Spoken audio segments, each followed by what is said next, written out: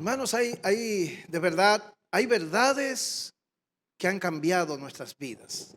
¿Verdad que sí? En el 1844, una verdad cambió nuestras vidas.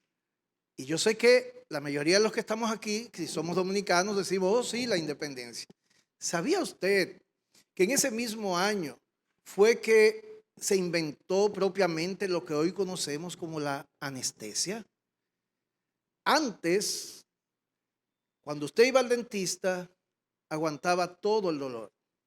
Antes, cuando se hacía una operación, usted aguantaba todo el dolor. Su cuerpo podía ser cortado. Obviamente, el hombre trató una y otra vez diferentes anestésicos o que hacían la función.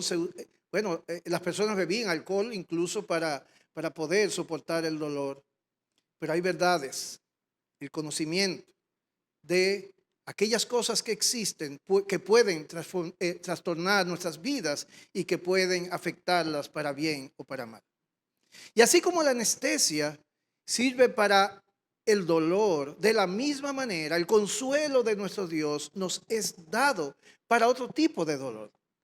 El dolor de la aflicción, el dolor de la angustia, el dolor de la incertidumbre. Dios nos ha dado también el antídoto para que nosotros podamos vivir en este mundo siendo sostenidos por Él y por su gracia. Y me anhelo en esta mañana, recordemos que esta porción está en el contexto de almas que están turbadas y el Señor Jesucristo trae palabras que pretende traer consuelo, esperanza, ánimo a esos corazones. Y lo hace con ellos y lo hace también con nosotros. ¿Era Jesús un fanfarrón? Como decíamos la semana pasada, utilizando como ejemplo la moraleja de aquella fábula de Esopo, del mosquito y el león. No, hermanos, definitivamente no lo era. Las declaraciones de Jesús acerca de su deidad y de su lugar único respecto a la salvación de los hombres da la oportunidad de que algunos de sus detractores pudieran levantar acusaciones contra él diciendo que era un farsante, que era un fanfarrón. Sin embargo, ellos no tenían que rebuscar las intenciones o pretensiones de Jesús, ya que él siempre lo hizo públicamente, fue coherente, consistente, lo hizo de una manera directa, lo dijo con sus propios labios, lo dijo incluso cuando estaba en aquel juicio. Y aunque es verdad que no siempre fue lo suficientemente claro para ellos, porque utilizaba parábolas, para las cuales había que tener oídos para oír, no siempre, sí en este tiempo. El tiempo de su muerte se acercaba y entonces él sería más claro, más audaz, más atrevido, para usar simplemente algunos términos. Recordemos la declaración de Juan 8:58 acerca de su preexistencia antes de Abraham. Eso fue realmente escandaloso para sus detractores. Pudiéramos decir que fue el punto de inflexión en este evangelio. No podían a partir de ahí ya dedicar más tiempo a elaborar un plan de cómo lo atraparían e inmediatamente intentan tomarlo para matarlo. Pero él se escabulle en medio de ellos y finalmente se va. Ellos no pudieron, todavía no era su tiempo, no era su hora. Luego aquel ciego en el capítulo 9, un ciego de nacimiento. Finalmente Lázaro en el capítulo 11, esto fue demasiado para ellos. En realidad no había manera de negar sus hechos porque nunca antes se habían visto. Eran hechos que eran consistentes con sus palabras, que contenían un nivel de autoridad nunca exhibido por ningún ser humano. Pero solo sus palabras lo que daba era pies a las autoridades de la época a acusarlo, diciendo que era un pretencioso. Era una provocación para ellos. Pero el que sus hechos fueran o estuvieran a la altura de sus palabras era algo insufrible para ellos. No podían esperar más. Pero nuestra escena, como dijimos la semana pasada, no se trata de Jesús enfrentando a fariseos, a saduceos, a sacerdotes, escribas y demás, no. Se trata de una conversación que surge en la intimidad, que surge de otra conversación. Ellos comprenden finalmente que Él no va a estar más con ellos, imaginen. Ellos han dependido de Él. Él era su todo. No estaría más, los abandonaría. Y obviamente ante sus propios ojos ellos no estaban absolutamente preparados para eso. Se llenan de temor, de ansiedad, angustia, incertidumbre. Ese es el contexto. Qué bueno es poder estudiar las Escrituras de una manera expositiva, ir caminando. Esos son los corazones que están allí. Y el capítulo 14 puede ser llamado palabras de consuelo para el alma desvalida. ¿Qué tiene Jesús para esos corazones? Obviamente le dice, no teman, no se carguen, no se turben. Pero son palabras, hermanos, no para cualquier alma desconsolada, no, sino para aquellos que siendo discípulos de Cristo, aún así, al considerar el porvenir, se quiebran. Son discípulos de Cristo. Sin embargo, miran hacia adelante y se turban. Y creo que en este lugar, hermanos, y dentro de los que escucharán estas palabras en diferido, hay de esos. Hay discípulos de Cristo que viven afanados. Hay discípulos de Cristo que están turbados.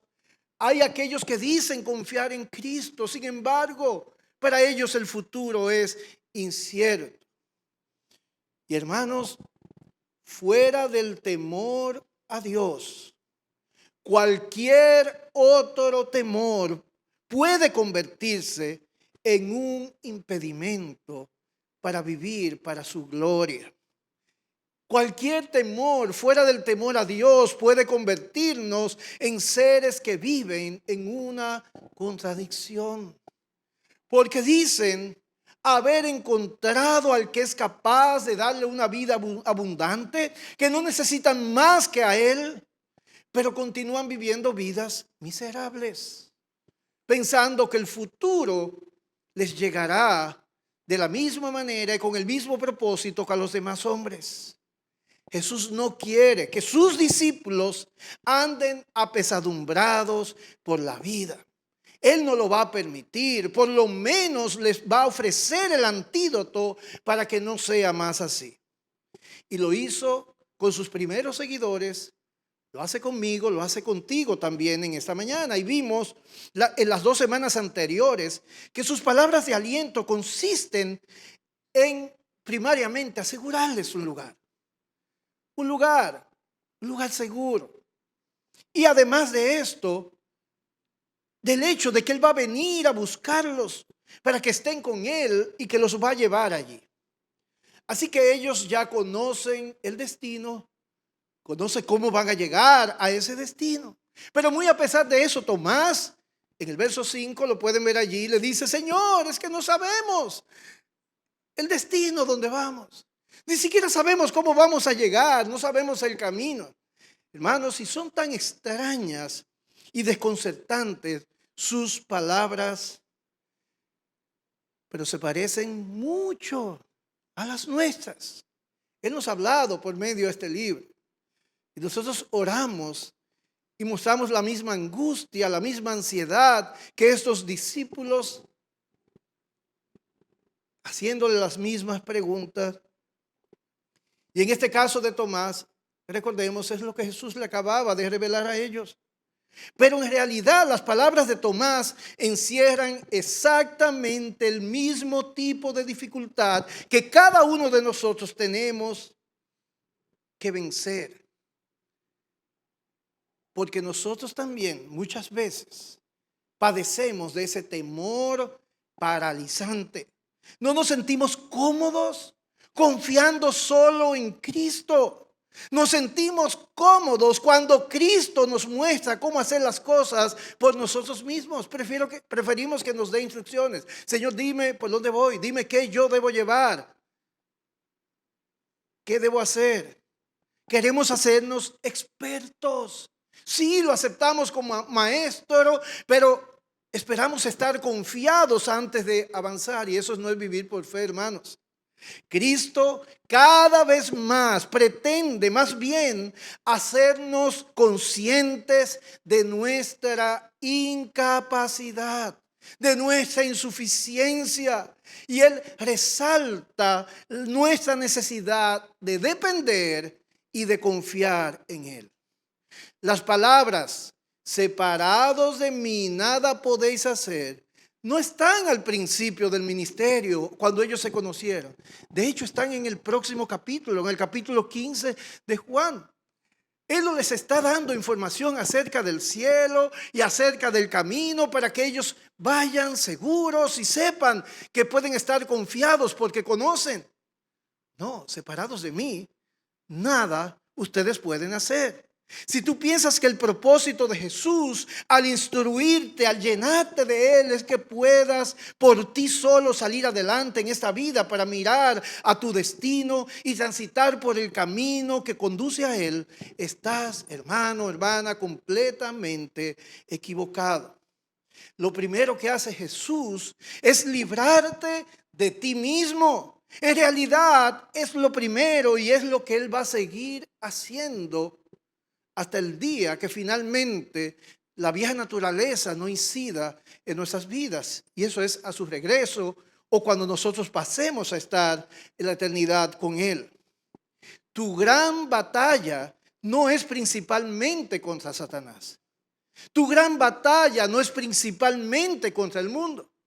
Tu principal batalla es con tu vieja naturaleza. Es una batalla por el reinado que le has cedido a Cristo, pero que insistes en compartir el trono con Él.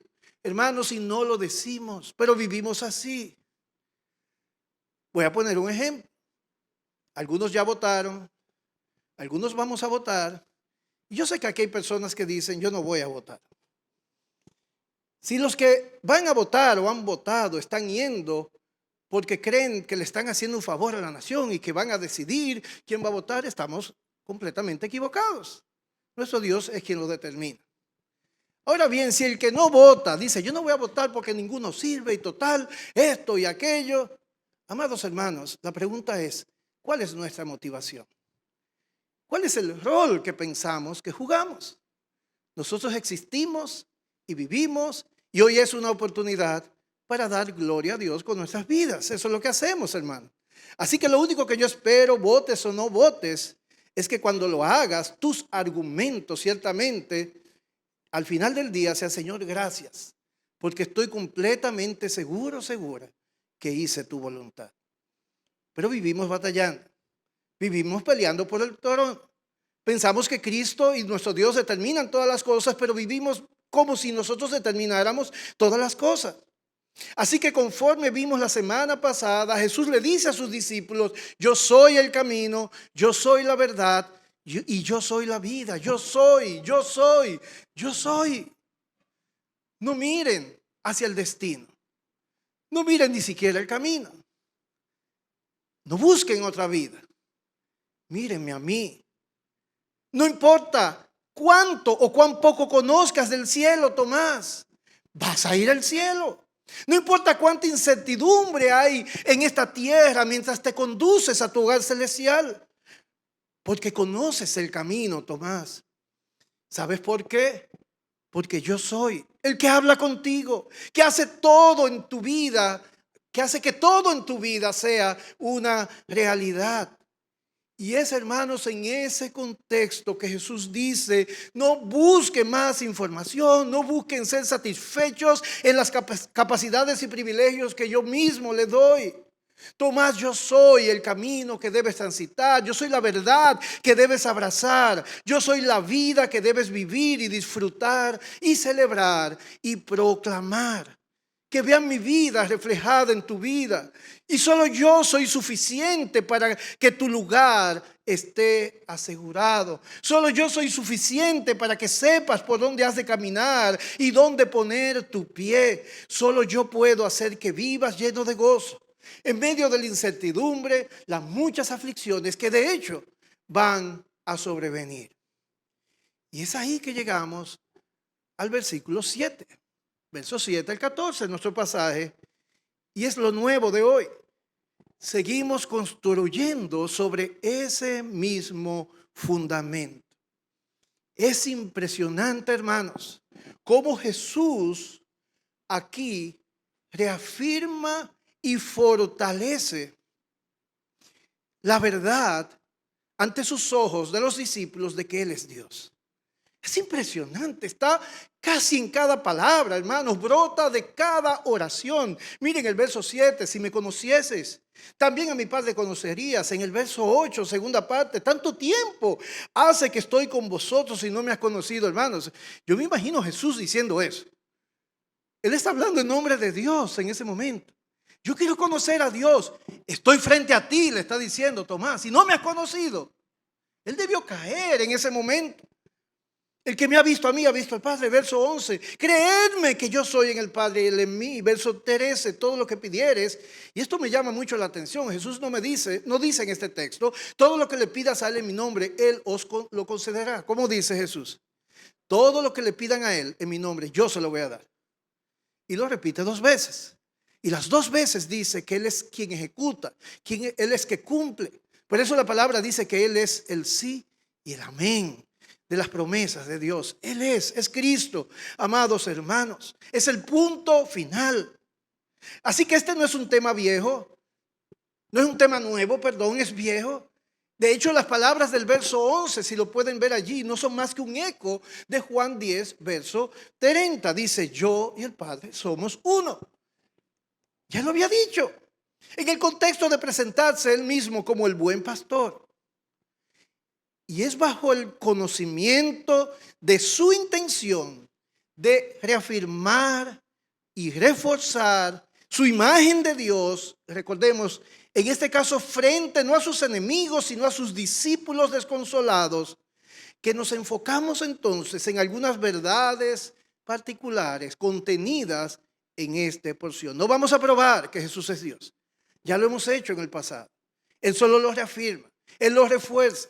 Él quiere que ellos estén conscientes de esta verdad. Y lo que veo aquí en este texto son 3 particulares. Y tiene que ver con ser consolados. En primer lugar, si realmente, si de todo corazón confiáramos en Cristo, seríamos consolados, hermanos.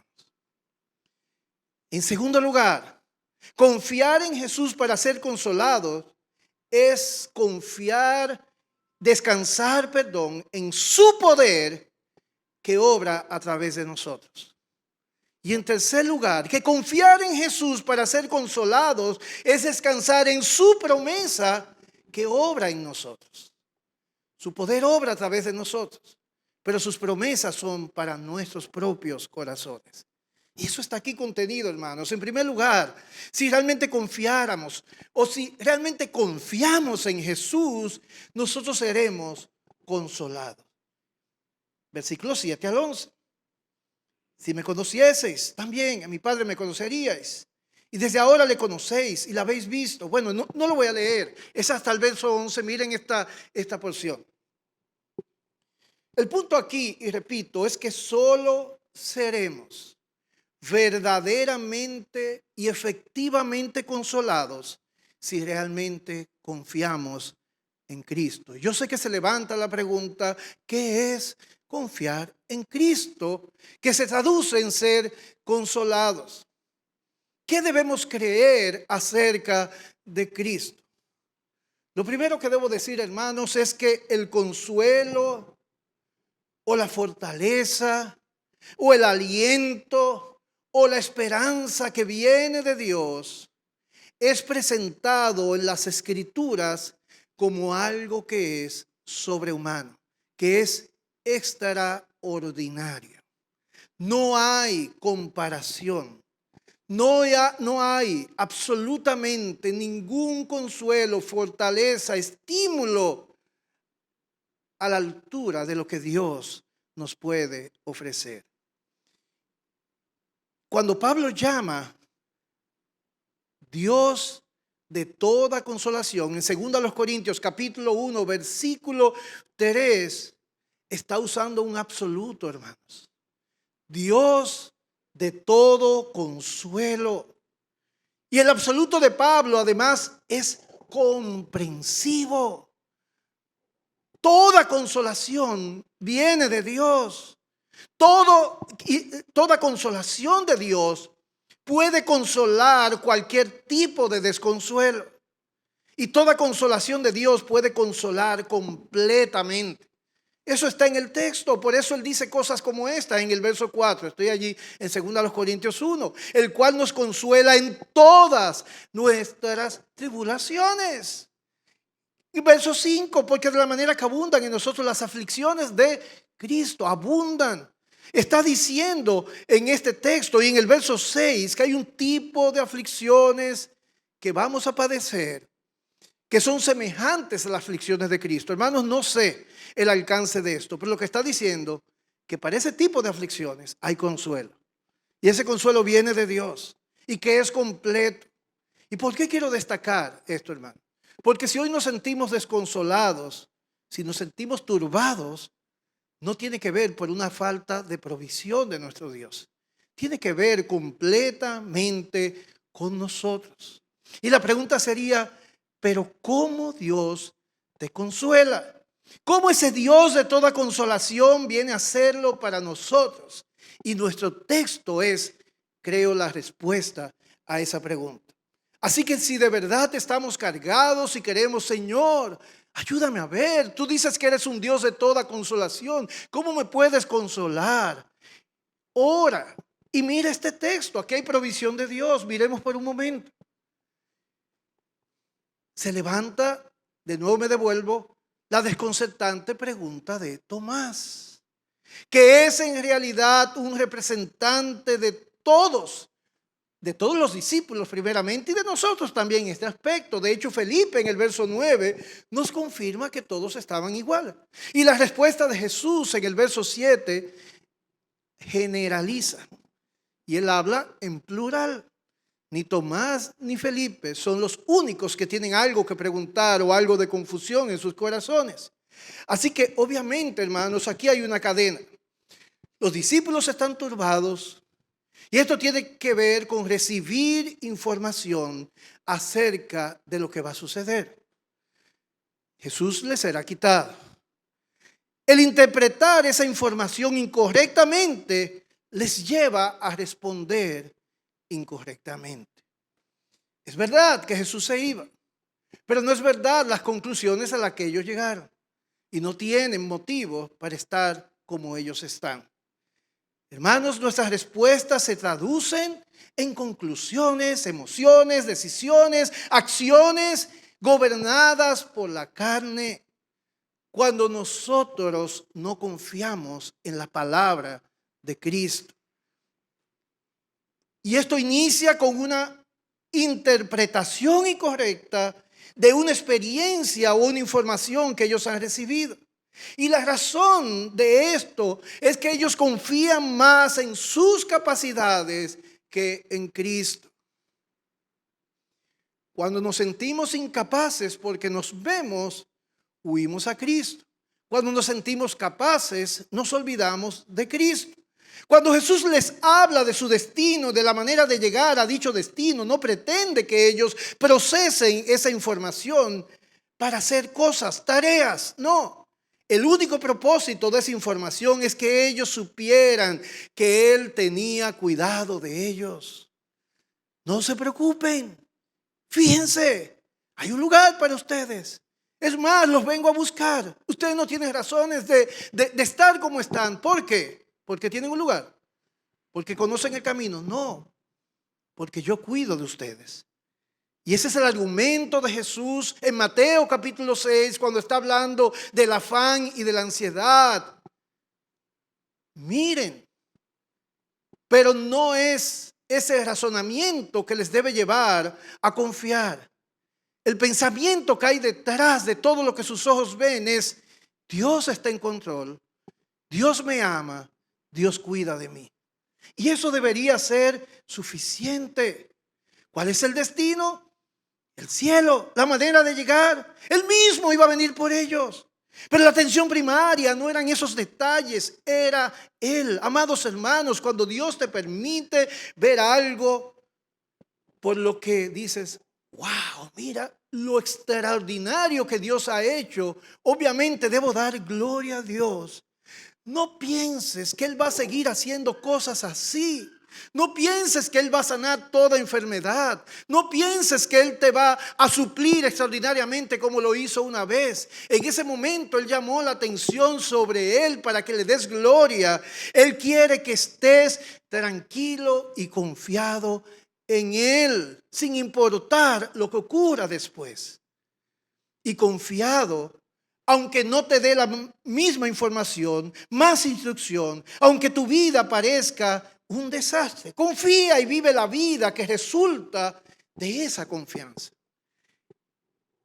Hermanos, yo sé que eso es muy profundo y necesitamos la gracia de Dios para poder hacer esas conexiones y aprender a vivir sin que estemos turbados en medio de situaciones que harían tambalear y sucumbir a cualquier mortal que no tenga la gracia de Cristo. Pero seguimos.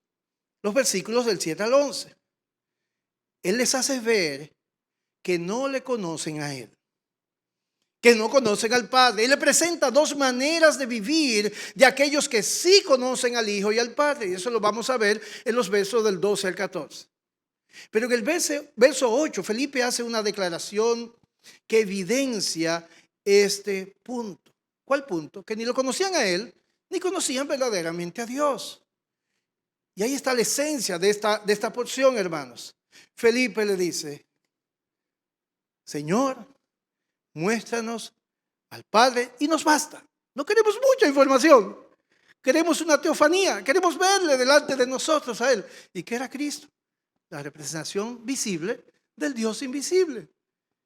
No podía ser más absurdo. Él pensaba que estaba pidiendo algo simple, pero no lo era, hermano. Él estaba diciendo, debo satisfacer mis sentidos. Debo convencerme de una manera que no deba ejercitar mi fe, de una manera que no tenga que confiar. Yo quiero evidencias. Muéstrame eso. Y a mí me basta. Con eso yo estoy complacido. Yo no sé en el caso de los apóstoles, hermano, pero yo estoy completamente seguro que todos los que estamos aquí estamos complacidos con cosas diferentes, ¿verdad? Quizás a él le bastaba, pero quizás Simón necesitaba un poco más, quizás Tomás lo que necesitaba.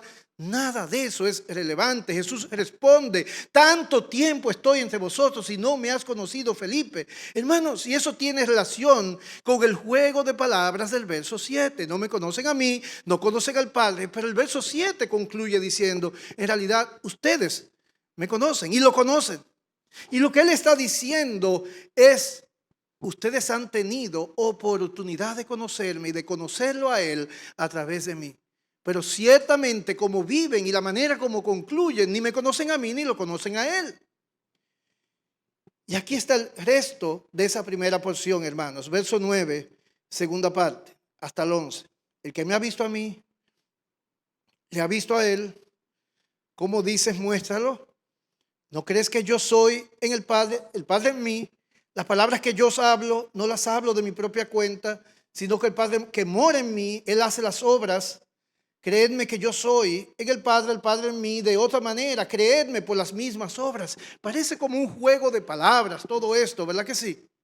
Pero hay dos verdades profundas que te van a permitir confiar. Recuerden que el enunciado es, si realmente confiamos en Cristo, nosotros seremos consolados. Y aquí hay dos verdades que tienen que ver con esto. Y que Él lo ha dicho de una u otra forma, de varias maneras. La primera de esta verdad que está en esta porción es que debemos conocer a Dios por medio del Hijo. La manera de conocer verdaderamente a Dios, hermanos, es por la manera como Cristo nos lo da a conocer. En el antiguo pacto, Dios trató con individuos particulares, ¿verdad que sí? Al principio no era una nación, trató con Adán, trató con Enoc, trató con Noé, trató con Abraham, etcétera. Al punto que la mayoría tenía una referencia más bien de Dios por medio del testimonio que pasaba de generación en generación. Pero temían a ese Dios, le tenían terror. De paso, formalmente, el Pentateuco vino mucho tiempo después. Moisés escribió aproximadamente 1500 años antes de Cristo, imagínense. Y creemos que la humanidad antes de Cristo por lo menos tenía 4000 años, desde Adán y Eva. Por lo tanto, miles de años estos individuos o estas familias o lo que vino a ser un pueblo no tenía formalmente palabra de Dios, solo los tratos de Dios con individuos en particular. Y cuando Dios trata con Moisés en Éxodo capítulo 3, Moisés no tiene intimidad con ese Dios. Dice Éxodo capítulo 6, verso 3, que Dios, cuando se le apareció a Abraham, a Isaac y a Jacob, lo hizo como Dios omnipotente. Mas en mi nombre, Jehová, no me di a conocer a ellos. Y lo que quiero decir, hermanos, es, recuerden que nuestro punto es: a Dios solo conocemos a través de Cristo. Dios hizo concesiones y conocemos ya su plan perfecto con hombres particulares. Luego se viene a revelar a ese pueblo. Pero hay un impedimento sin Cristo, hermanos, para conocer a Dios. Y lo que hizo Dios para suplir eso fue tratar con ese pueblo estableciendo leyes que ellos deberían cumplir para mostrar su incapacidad de poder alcanzar ese alto estándar. Luego estableció sacrificios que ellos tenían que hacer para aplacar la ira de ese Dios, hermanos. Y todo eso con un componente que no podemos obviar, que es la promesa de un Mesías. Y ahí viene la conexión con Cristo. Fuera de ahí no hay conocimiento de Dios. Y es más, ¿qué tan efectivo fue esa manera de afectar los corazones, hermanos? Muy poco.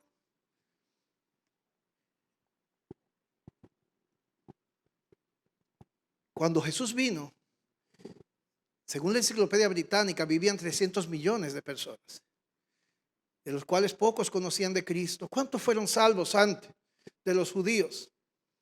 Si solo un remanente en toda la historia. Hoy hay 8,000 millones de habitantes aproximadamente. ¿Cuántos son salvos por el testimonio y la sangre de Cristo, hermano? Muchísimo más.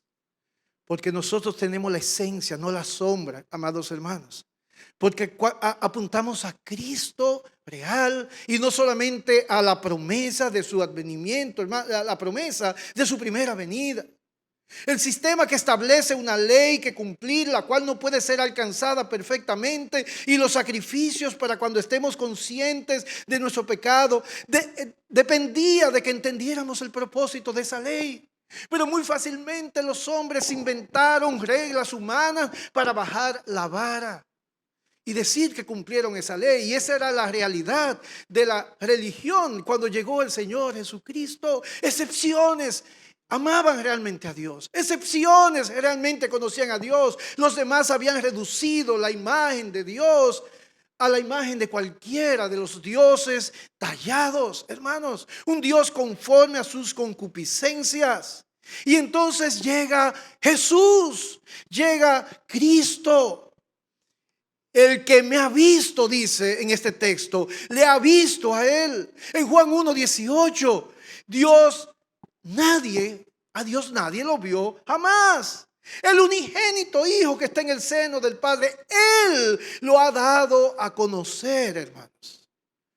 Hermanos, esto es relevante. En Juan 17:3, esta es la vida eterna, dice Jesús, que te conozcan a ti, al único Dios verdadero, y a Jesucristo a quien has enviado. Solo conocemos a Dios cuando lo conocemos a la luz de la realidad de su Hijo Jesucristo. Solamente podemos, hermanos, de esta manera. Nuestra concepción de Dios siempre va a ser distorsionada, incompleta, insuficiente sin Cristo.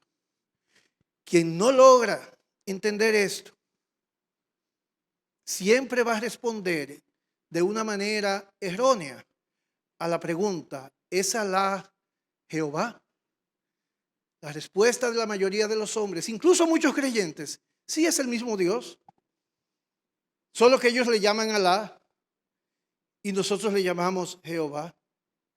Es más, hace tiempo Francis Beckwith, un apologista y filósofo católico, defendió que Alá y Jehová es el mismo.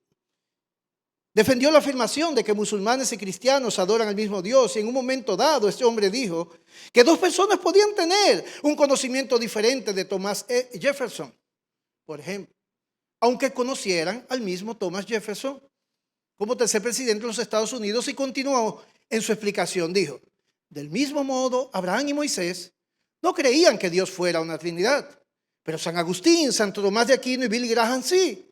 ¿Significa eso que Agustín, Aquino, Graham no adoran al mismo Dios que Abraham y Moisés? Por supuesto que no. Albert Moller dice lo siguiente: sin embargo, esta línea de argumentación elude toda la estructura de promesa y cumplimiento que vincula el Antiguo Testamento con el Nuevo. Abraham y Moisés no pudieran haber definido la doctrina de la Trinidad mientras estuvieron en la tierra, pero creyeron que Dios sería fiel a todas sus promesas, y esas promesas se cumplieron solo y perfectamente en Cristo. Amados hermanos, Alá para los musulmanes no es un Dios terreno. Alá no tuvo un hijo. Adorar a Cristo es una blasfemia contra Alá. Alá y Jehová no son el mismo Dios. Dios solo puede ser conocido a través, en el antiguo pacto, de la promesa de Jesús o el Cristo en su primera venida, como Él se reveló y nos reveló a nuestro Dios. Amados hermanos, eso es importantísimo. Eso es importantísimo porque a menos que nosotros conozcamos a Dios como Él es realmente, nosotros no nos vamos a inclinar ante su grandeza de la manera que Él espera que nosotros lo hagamos. Y la segunda verdad que tiene aquí el apóstol Juan, y Jesús incluye en sus palabras, es que nosotros tenemos que conocer a Jesús como Dios para poder ser consolados. Debemos conocer a Dios verdaderamente a través de Jesús en primer lugar, pero debemos conocer a Jesús como Dios mismo. En Juan 1:14 dice: y vimos su gloria, gloria como del unigénito del Padre, lleno de gracia y de verdad. Todo lo que Jesús hizo, lo hizo para mostrar la gloria de Dios a través de Él. Eso era obvio. Él lo hizo, solamente un ejemplo, Mateo capítulo 9, versículo 5, está allí delante de aquel hombre que le dice: tus pecados te son perdonados. Y en ese momento murmuran contra él y él dice que es más fácil decir: tus pecados te son perdonados, o levanta, toma tu lecho, levántate y anda. Y en ese momento ellos dicen: solo Dios tiene facultad, tiene poder para perdonar pecados. Y lo que ocurre en ese momento realmente es que todos los presentes debieron convencerse de que Dios estaba en medio de ellos, amados hermanos. Eso dijo el ciego que fue sanado en Juan capítulo 9. Ciertamente Él viene de Dios. Si no fuera así, nada de lo que Él hiciera, de lo que Él ha hecho, pudiera haberlo hecho. Amados hermanos, el que Jesús sea la encarnación del Dios vivo nos muestra a Dios cuál Él es. Cuando nosotros miramos en Romanos capítulo 1, versículos 19 y 20, que dice allí que el eterno poder y deidad de nuestro Dios, las cosas invisibles, son claramente conocidas por todos los hombres. Todo eso que conoce el hombre es simplemente que debería llevarlo a glorificar a Dios y darle gracias, lo único que muestra es eso, su eterno poder y su deidad. Que Él es soberano, que Él es grande, que Él es Dios. Pero no muestra su corazón. El corazón de Dios, su propósito para los hombres, su bondad, lo conocemos solamente a través de Cristo, hermanos. A través de Jesucristo. En Juan 17:17, el apóstol lo resume. Pues la ley por medio de Moisés fue dado, pero la gracia y la verdad vinieron por medio de Jesucristo. Amados hermanos, muchos han considerado a Jesús un maestro, han considerado a Jesús como un profeta. De hecho, algunos han dicho, bueno, o él es un fanfarrón, como decíamos, o es un mentiroso, o ciertamente es lo que dice ser. Pero es más que eso. Los judíos tenían que llegar realmente a la conclusión, o es Dios o es un blasfemo. No un mentiroso, un blasfemo. Y por eso fue que quisieron matarlo. Así que debemos conocer a Dios a través de Cristo y conocer a Cristo como verdaderamente Dios. Solo de esta manera nosotros podemos ser consolados. Más brevemente, hermanos, los versos del 12 al 14 nos dicen dos maneras como nosotros podemos aplicar eso a nuestra vida. Confiar en Jesús para ser consolados, sabiendo que Él es Dios y conociendo a ese Dios, es descansar en su poder que obra a través de nosotros. Eso es lo primero. Descansar en el poder de Cristo, que es Dios, que obra en nuestras vidas. El verso 12 dice, de cierto os digo, el que en mí cree, las obras que yo hago, Él las hará también. Y aún mayores hará, porque yo voy al Padre. ¿Cuáles son las obras de Cristo? ¿Y cuáles son las obras mayores que la que hizo Cristo? Amados hermanos, este es un texto complicado, ¿verdad que sí? Es un texto para debatir por horas, pero en su contexto, y dado que la revelación de Dios en su revelación natural, en lo que nosotros podemos mirar en la naturaleza, nos muestra la grandeza de Dios. Obviamente, aquí no se refiere a los milagros que hizo Jesús. Las obras mayores a las cuales se refería Jesús no eran mayores en poder que la que Él realizaba, sino mayores en alcance, hermanos. Aquí dice el texto, el que en mí cree. La condición es quien cree en Jesús. Lo que está diciendo aquí es que no solamente algunos, sino todo el que cree en Jesús va a hacer sus obras y va a hacer obras mayores que Él. Solamente un texto. Si creemos que estas obras a las que se refiere, estamos hablando del poder que Él exhibió, amados hermanos. 1 Corintios 12:29, el apóstol Pablo responde en el contexto de los dones espirituales y ciertas manifestaciones. ¿Son todos apóstoles? ¿Cuál es la respuesta? No. ¿Son todos profetas? No. ¿Todos maestros? No. ¿Hacen todos milagros? No. Pero la promesa de Jesús es para todos los creyentes. No es simplemente para algunos que tienen el don o que tienen esa dádiva de Dios de poder hacer el milagro. Recordamos al hombre que estaba paralítico. Tus pecados te son perdonados. ¿Qué es mayor? ¿Qué es más fácil? ¿Cuál es el mayor milagro?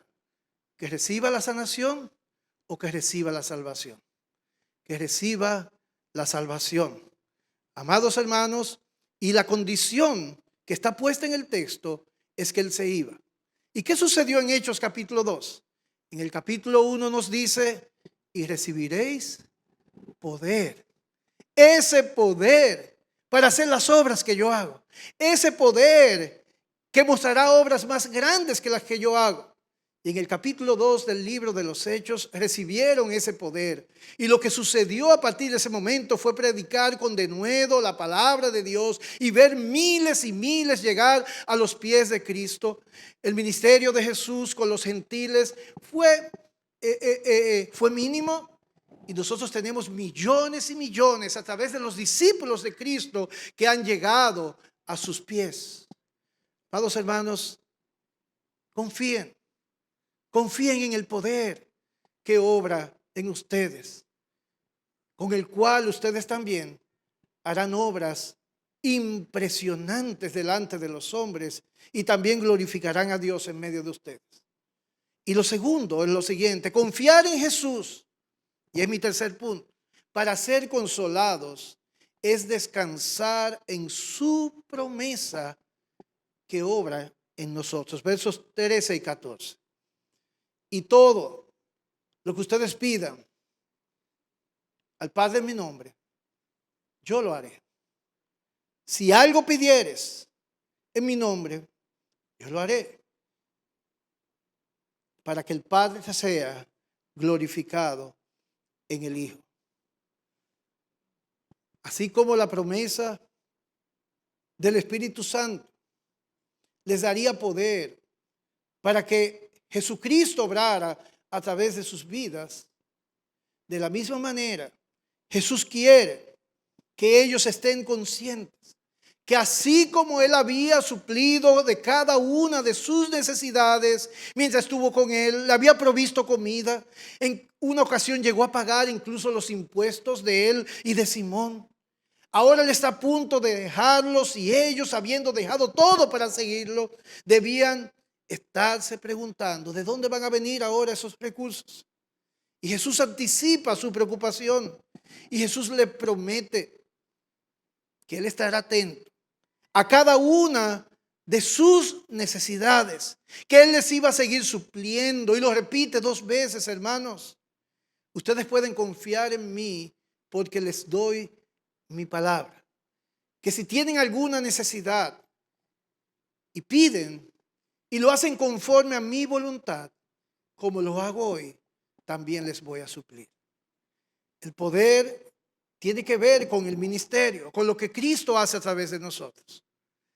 La oración tiene que ver con conectar con el corazón de Cristo para que Él aliente nuestros corazones mientras cumplimos su misión.